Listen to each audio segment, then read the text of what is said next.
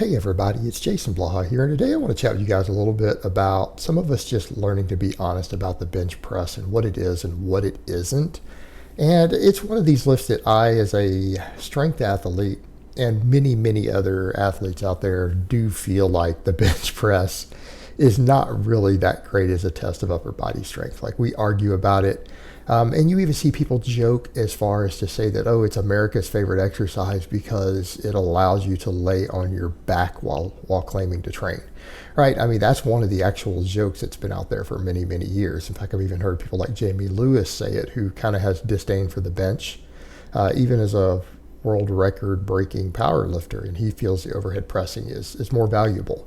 The guys at starting strength, for example, feel that same way. You know, it's actually fairly popular in strength circles to say that. And for me, because I have to struggle on the bench, I have long arms, and you guys can see even on my range of motion there, I have long arms proportionate to the rest of my size and oftentimes my body weight. So for me, the bench press has always been hard. I have to fight for every single pound on the bench press, right? Unlike stuff like the deadlift, which just comes easy to me. So I tend to fall into those categories too myself. But the truth is, if we really are objective about the bench press and we look at it from purely a hypertrophy standpoint, I think that's honestly why a lot of people in the strength world, in spite of the sheer popularity of the lift, have disdain for the bench press, because it's really better suited as a bodybuilding type exercise, right? And people need to remember that. That's actually why the bench press became that popular. Now, there are always myths and silly nonsense in, say, the bodybuilding community about how the bench press isn't a great chest and upper body hypertrophy exercise. But biomechanically speaking, there couldn't be further from the truth. Right, it is actually a tremendous upper body and chest hypertrophy exercise when done correctly. It's probably second to none. Right, there's some others that can compete with it, but I wouldn't say that there's anything actually better if your goal is to just put meat on your upper body. You know, we could argue weighted chin-ups or pull-ups or dips, can all compare with it, but when you look at what the bench press does, it absolutely will build your chest. You can build an enormous, massive chest off the bench press if you perform the lift correctly. It is an exercise that allows you to move very heavy weights using multiple muscle groups in the upper body through a pretty long range of motion that has a good balance between primary movers and stabilizers, that has clearly defined terminal ranges of motion so that you can track progressive overload with it carefully. And it's easily loadable. So because of that, when you look at it from a hypertrophy perspective, that's a superior exercise. It is absolutely a superior exercise for hypertrophy. Now, when you start bouncing the bar off your chest, you lose a lot of those benefits, right? The people who say things like the bench press is not a good chest builder are the same guys who we call chest bouncers, right? There are lots of guys who are like, I bench a lot of weight and I don't have a big chest from it. It never made my chest grow. Then you watch them bench press. And it's pretty obvious because they've gone through great lengths to move as much weight as possible while removing their chest. But they're also oftentimes bouncers. They don't have scapular retraction, so they're not getting a stretch on their chest like they should.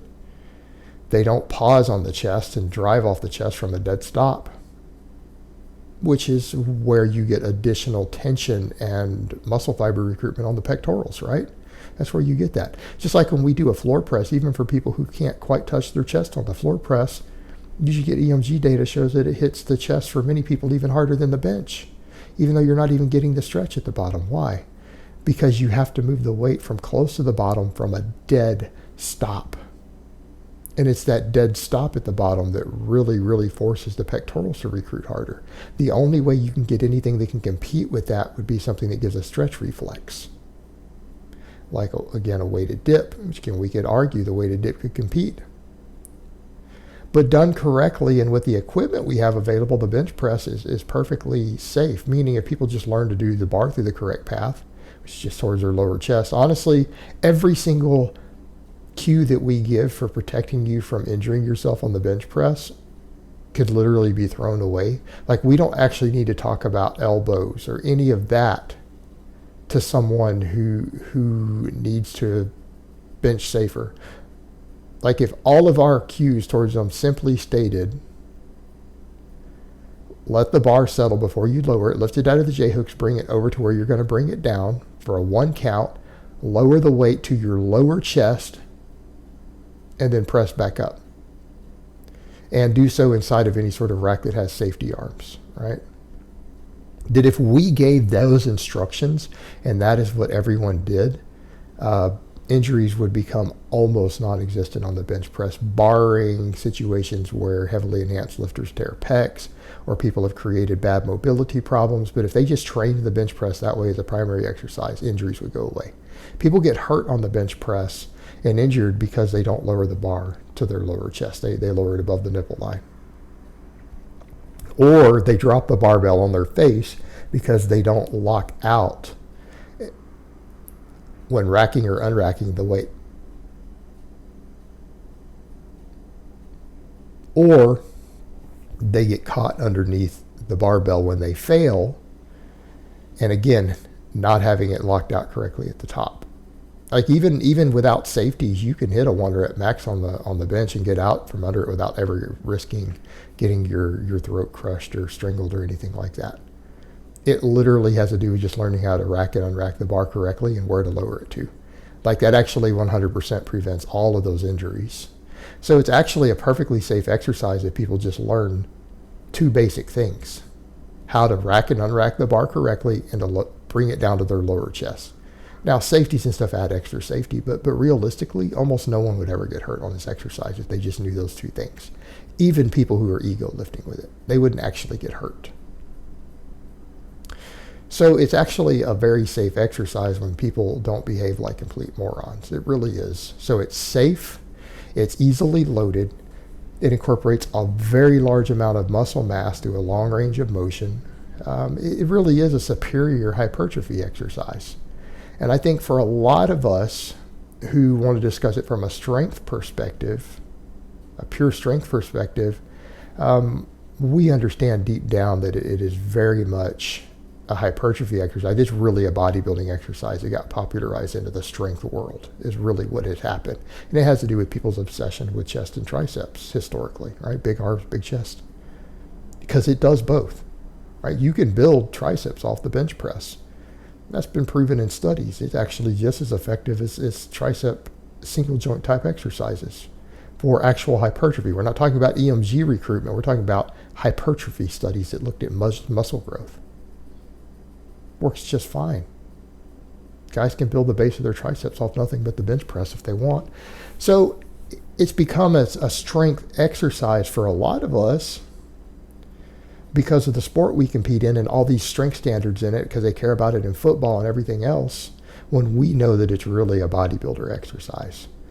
And for a lot of people, it's a very, very difficult lift to get strong on due to our structures when we're strong at everything else. Just like me, I'm having to specialize more in the bench press right now because I'm not built to bench. And I'm weak at the bench proportionate to my other lifts. I have to put extra efforts and specialization into it. So that's one reason a lot of us really don't like it. We don't like it because of that, because we're just not structurally built to do it. And that's very common in a lot of strength athletes, because a lot of people who are naturally good at the squat, and particularly the deadlift, we tend to struggle with the bench, whereas in people who are naturally good at the bench press, who it comes easy to them, are oftentimes bad at deadlifting, which is considered a better measure of strength. But it ultimately comes down to the fact that it's a hypertrophy exercise that is very, very serious genetic limits involved, that only uses the upper body. That's not an actual real test of overall strength. You know, whereas it's one reason that people like me argue that for upper body strength, we could just test a weighted chin up or weighted pull up, and that's just as good of a test, and it really is. I'd like to see that in strength sports more. But I digress, back to the point. So that's a reason a lot of us don't like it. But truth be told, if we want to talk about it as a quality exercise, it's one of the best upper body hypertrophy exercises ever invented in terms of safety, efficiency, everything else. It really is. It can be dangerous like anything else, but most of the injuries revolved around the reason it's got a reputation as a dangerous exercise is because of one, people not ever learning how to do it correctly, combined with large amounts of ego lifting. Well, if you did that with any exercise that became extremely popular, your injury and death rate as a result of that exercise would be high. Just food for thought there. All right, guys, but that's really all I have to say on that today. I hope it's been informative, and I will talk to you guys next time.